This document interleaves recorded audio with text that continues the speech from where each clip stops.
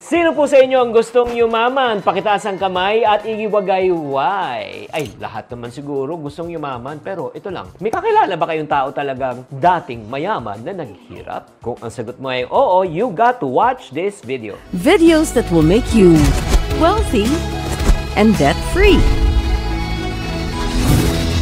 Hi there, this is Chingitan, your pambansang wealth coach. Sa video na ito, pag-usapan natin ang 10 money mistakes na nagpapahirap po sa iyo. Yes, 10. Alam mo, marami po tayong mga kapalpakan pagdating po sa pera. And I am guilty of that. Kaya nga may mga dito, magko-confession time po ako sa inyo kung saan po rin ako sumablay. I always tell people prevention is better than cure. Na matuto ka na lang sa pagkakamali ng ibang tao kaysa ikaw ang magkamali. Do you agree? Type agree kung ikaw ay nag-agree. So ngayon, kumuha na kayong ballpen at papel, magche-checklist po tayo at we're gonna check it twice. We're gonna find out who's naughty or nice. Okay? Number 1, money mistake na nagpapahirap po sa iyo. Ito po Number 1, spending more than what you make. Yes, exactly. In other words, you're living beyond your means. Oh, English yan English. Again, ang income po natin ay karakarampot, sapat lang, pero ang gastusin natin ay daghan. Oo, di ba? Dako, di ba? Ang laki po. Yun yung problema. Ang income kasi natin is limited, pero expenses natin unlimited. Kaya nga, alam mo, ang kailangan po talaga natin, pag ikaw sobra-sobra talagang gastos mo,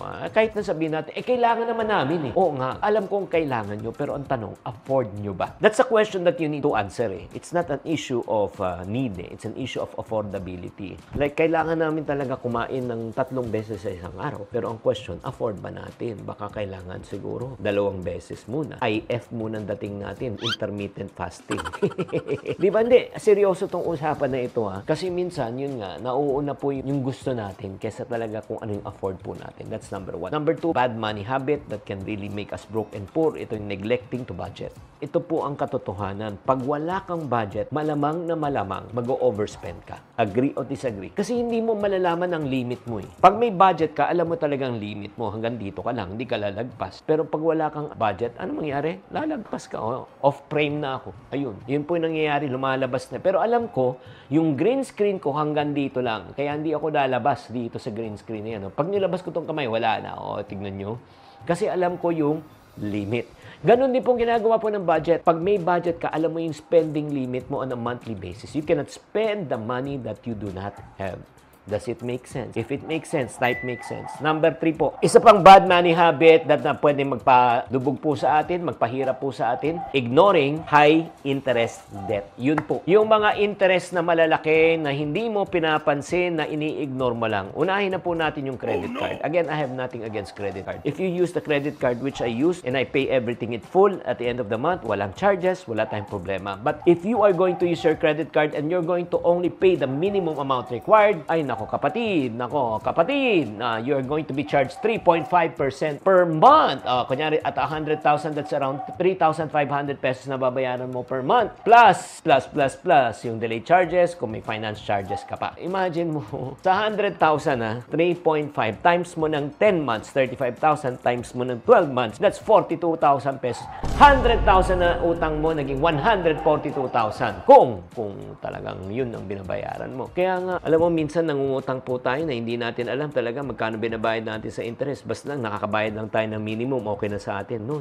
Pilangin mo kung magkano na pupunta sa interest. Pang-apat, bad money habit na pwedeng magpahirap po sa atin is this. Ito, ang tindi nito. Failing to save for emergencies. Alam mo, ang emergency, it's not a matter of if kung mangyayari. It's a matter of when na mangyayari. Parang yung sasakyan, mafa-flat ba yung sasakyan? Hindi yung mafa-flat ba Kailan mafa-flat, kailan matitibo, kailan mapapako ang gulong. Yun po. Kaya nga ang mga sasakyan po, kung mapapansin nyo, may reserve na tire. Bakit? Just in case na ma-flat, may kapalit. Ganun din dapat po sa ating finances. Meron dapat tayong emergency fund na 1 buwan, 3 buwan, 6 na buwan. Ito yung buwan na nagastusin mo just in case na mawala ang trabaho, humina ang benta. Meron kang 1 buwan, 3 buwan, 6 na buwan, pwede kang tawid na hindi mo kailangan mangutang. Pero pag wala, ayun, magpapahirap talaga sa'yo kasi the moment na nawalan ka ng kita, utang na. Kulang utang, bayad utang, kulang utang, bayad utang. Di ba ganun, paikot-ikot na yan. Nako, I hope I'm not describing your situation. Pang-apat, sino na sa inyong guilty? Sa 1 to 4, pakitype guilty na po. Ay, ito pang matindi. Gusto niyo pang masaktan. Gusto niyo pang masaktan? Oo, number 5. Oo, number 5. Grabe to ha. Money mistake na napakaliit pero nagpapahirap po sa atin yung mga maliliit na gastusin, overlooking small expenses. Yes, ang mga maliliit na magagastusin, pag inaccumulate mo sa loob ng isang taon, napakalaki po ng impact. O, ito lang. Atin-atin lang to. Tuwing kakain po tayo sa labas na kasama ang buong pamilya, pamilyang 5, mahina na po 1,000. 1,000 gawin mong every Sunday yan, 4,000 pesos every month times 12 months, 48,000 ang food expense nating eating out per year.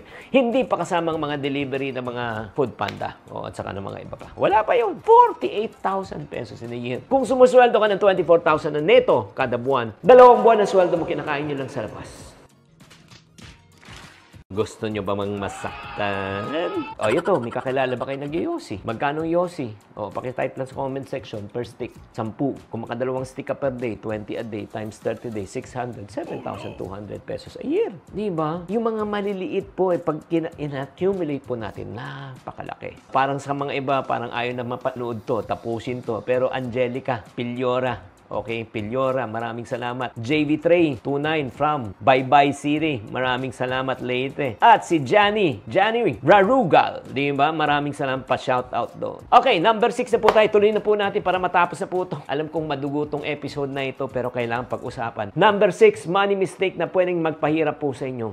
Impulse buying. Yung 9, 10, 10, 11, 11, 12, 12. Patay tayo dyan. Oo. Ubus yan. Maniwala ka. Ang sarap mag-check out. Sarap mag-add to cart pero napakahirap mag-check out kasi walang pambayad. Pero pag pinairan mo talaga impulse buying, dead talaga tayo. Number 7. O ito pa, isa pang money mistakes na pwede talagang bumutas ng bulsa. Walang insurance or neglecting insurance. May kakilala ba kayong tao na nagka-COVID noong 2020, 2021? Magkano naging hospital bills? Pakitype sa comment section. Type nyo. Umabot ng 100,000 at milyon. So ano nangyari po? Ayun, walang health card, walang health insurance, ubos. Butas ulit ang bulsa. Number 8, money mistake na pwedeng magpahirap po sa atin, not investing in your future. When you say in your future, retirement. O itong tanong ko po sa inyo, may kakilala ba kayong nung tumanda, naghirap? Yes or no? Bakit? Naubos. Hindi kasya at di napaghandaan retirement fund. Kaya nga, kailangan mag-isip po tayo habang bata po tayo for ating retirement, di ba? Para pagdating ng panahon, hindi tayo aasa sa ating mga anak at ating mga kamag-anak, di ba? Para wala tayong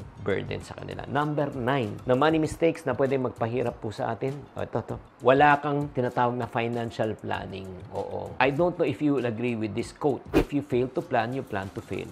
If you fail to plan, you plan to fail. Pag hindi ka nagpaplano kang mabigo. Wala naman kasi nangyayari na tsamba. Kailangan kung ikaw, di ba, 20 ka na ngayon, 20 to 30, anong plano mo? 31 to 40, anong plano mo? 41 to 50, anong plano mo? 51 to 60, anong plano mo? 61 to 7.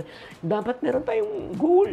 By the grace of God, plano ko, by the next 5 years from now, after creating this video, is yung una na, di ba? Actually, I can already semi-retire right now, pero ayoko pa rin mag-retire kasi nga pag nag-retire ako, anong gagawin ko? Ito pa rin gagawin ko eh. Pero para sa akin, gusto kong umabot na sa punto ng aking buhay na hindi na ko na problemahin ng pera. Diba? Hindi ko na problemahin yung kuryente, yung upa, yung kakainin ko. Diba? Gusto naman natin yun. Kaya kailangan natin ng financial planning. And last but not the least, number 10, ito ang pinakamatindi kung bakit tayo ay naghihirap at bakit tayo, yun nga, yagit pa rin hanggang ngayon. Baka kulang ka sa financial education. Yun po. O hindi ka talaga nag-i-improve. Alam mo, sa totoo lang, pag wala kang basic financial principle, financial education, alam mo ang mangyayari niyan? Una, hindi ka marunong didiskarte, hindi ka kikita. Pangalawa, hindi ka marunong humawak ng pera. Pangatlo, di ba? Hindi ka marunong mag-budget. Pang-apat, papasok ka sa utang. Panglima, papasok ka sa negosyo at saka investment, parati naman palpak. Kasi nga, kulang ang iyong kaalaman pagdating sa pera. So, imbis na kumita, nalulugi pa. Hirap mga kumita, nalulugi pa. Did I just describe your situation? If I just describe your situation, mga friendship, no? Ayaw ko naman ipamukha sa inyo na talagang napakagaling ko at yun nga, marami kang pagkakamali. No, lahat nito, may pagkakamali rin ako dito. Actually, kung bibilangin ko ang pagkakamali ko dito, at least may 3 akong palpak dito. Pero natuto na nga ako eh. Kaya nga, if you want me to help you to really overcome itong money mistakes na ito, you're sick and tired of this. If you want to help me to solve your money problem, sino sa inyo gusto nyong matulungan ko kayo once and for all?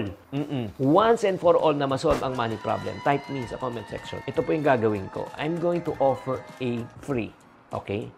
A free webinar, Okay? A free webinar pero limited time lang po to. I want you to register now and don't miss out, di ba? Because act quickly, time is limited. Itong session na ito will expire soon. Kung nakikita mo pa yung link, sa comment section po, ibig sabihin po, hindi pa siya po tapos. Pero pag wala na po yung link habang pinapanood nyo na ito, ibig sabihin, tapos na po itong session na ito. So if you want me to help you, to really help you to get out of your financial problems, please, do yourself a favor.